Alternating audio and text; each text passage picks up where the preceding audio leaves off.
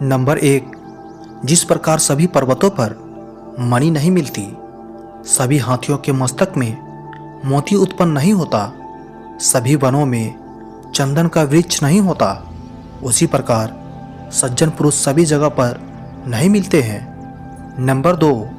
झूठ बोलना, उतावलापन दिखाना, दुस्साहस करना, छल कपट करना, मूर्खतापूर्ण कार्य करना, लोभ करना, अपवित्रता और निर्दयता, ये सभी स्त्रियों के स्वाभाविक दोष हैं। चाणक्य उपयुक्त दोषों को स्त्रियों का स्वाभाविक गुण मानते हैं। हालांकि वर्तमान दौर की शिक्षित स्त्रियों में इन दोषों का होना सही नहीं कहा जा सकता है। नंबर 3।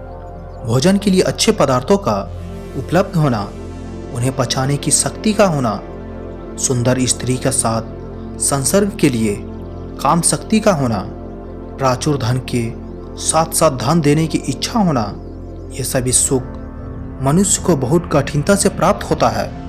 नंबर 4। चाणक्य कहते हैं कि जिस व्यक्ति का पुत्र उसके नियंत्रण में रहता है, जिसकी पत्नी आज्ञा के अनुसार आचरण करती है और जो व्यक्ति अपने कमाए धन से पूरी तरह संतुष्ट रहता है, ऐसे मनुष्य के लिए यह संसार ही स्वर्ग के समान है। नंबर 5। चाणक्य का मानना है कि वही गृहस्थी सुखी है जिसकी संतान उनकी आज्ञा का पालन करती है। पिता का भी कर्तव्य है कि वह पुत्रों का पालन पोषण अच्छी तरह से करे। इसी प्रकार ऐसे व्यक्ति को मित्र नहीं कहा जा सकता है जिस पर विश्वास नहीं किया जा सके, और ऐसी पत्नी व्यर्थ है जिससे किसी प्रकार का सुख प्राप्त ना हो। नंबर 6। जो मित्र आपके सामने चिकनी चुपड़ी बातें करता हो और पीठ पीछे आपके कार्य को बिगाड़ देता हो, उसे त्याग देने में ही भलाई है।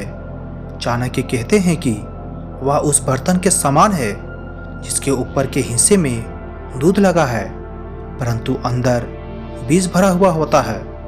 नंबर 7। चाणक्य कहते हैं कि जो व्यक्ति अच्छा मित्र नहीं है उस पर तो विश्वास नहीं करना चाहिए, परंतु इसके साथ ही अच्छे मित्र के संबंध में भी पूरा विश्वास नहीं करना चाहिए, क्योंकि यदि वह नाराज हो गया तो आपके सारे भेद खोल सकता है। अतः सावधानी अत्यंत आवश्यक है। नंबर 8। चाणक्य का मानना है कि व्यक्ति को कभी अपने मन का भेद नहीं खोलना चाहिए। उसे जो भी कार्य करना है उसे अपने मन में रखे और पूरे तन्मयता के साथ समय आने पर उसे पूरा करना चाहिए।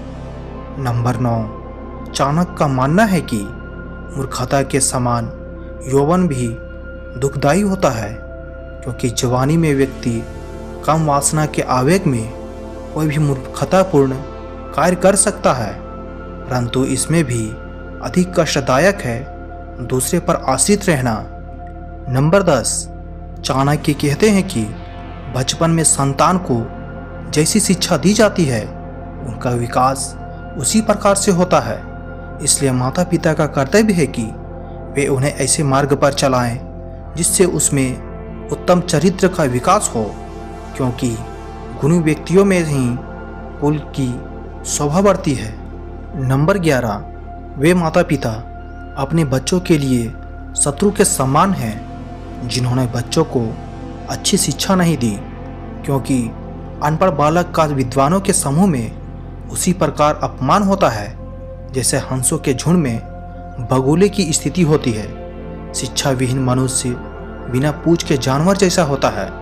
इसलिए माता पिता का कर्तव्य है कि वे बच्चों को ऐसी शिक्षा दे जिससे वे समाज को सुशोभित करे। नंबर 12। चाणक्य कहते हैं कि अत्यधिक लाड़ प्यार करने से बच्चे में अनेक दोष उत्पन्न हो जाते हैं। इसलिए यदि वे कोई गलत काम करते हैं तो उसे नज़रअंदाज करके लाड़ प्यार करना उचित नहीं है। बच्चे को डांटना भी आवश्यक है। नंबर 13। शिक्षा और अध्ययन के महत्व बताते हुए चाणक्य कहते हैं कि मनुष्य का जन्म बहुत सौभाग्य से मिला है, इसलिए हमें अपने अत्यधिक समय का वेद शास्त्रों के अध्ययन में तथा दान जैसे अच्छे कार्यों में ही सदुपयोग करना चाहिए। नंबर 14, जिस प्रकार पत्नी का वियोग का दुख, अपने भाई बंधुओं से प्राप्त अपमान का दुख असहनीय होता है, उसी प्रकार कर्ज से दबा व्यक्ति भी हर समय दुखी रहता है। दुष्ट राजा की सेवा में रहने वाला नौकर भी दुखी रहता है। निर्धनता का अभिशाप भी मनुष्य कभी नहीं भुला पाता। इससे व्यक्ति की आत्मा अंदर ही अंदर जलती रहती है। नंबर 15, चाणक्य के अनुसार नदी के किनारे स्थित वृक्षों का जीवन अनिश्चित होता है, क्योंकि नदियाँ बाढ़ के समय अपने किनारों के पेड़ों को उजाड़ देती है। इसी प्रकार दूसरे के घर में रहने वाली स्त्री भी किसी समय पतन के मार्ग पर जा सकती है।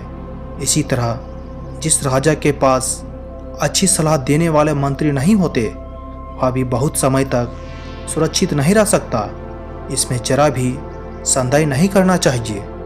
नंबर 16, चाणक्य कहते हैं कि जिस तरह वेश्या धन के समाप्त होने पर पुरुष से मुंह मोड़ लेती है, उसी तरह जब राजा शक्तिहीन हो जाता है तो प्रजा उसका साथ छोड़ देती है। इसी प्रकार वृक्षों पर रहने वाले पक्षी भी तभी तक किसी वृक्ष पर बसेरा रखते हैं जब तक वहाँ से उन्हें फल प्राप्त होते रहते हैं। अतिथि का जब पूरा स्वागत सत्कार कर दिया जाता है तो वह भी उस घर को छोड़ देता है। नंबर 17, बुरी चरित्र वाले, दूसरों को हानि पहुंचाने वाले तथा अशुद्ध स्थान पर रहने वाले व्यक्ति के साथ जो पुरुष मित्रता करता है वह शीघ्र नष्ट हो जाता है। आचार्य चाणक्य का कहना है कि मनुष्य को कुसंगति से बचना चाहिए।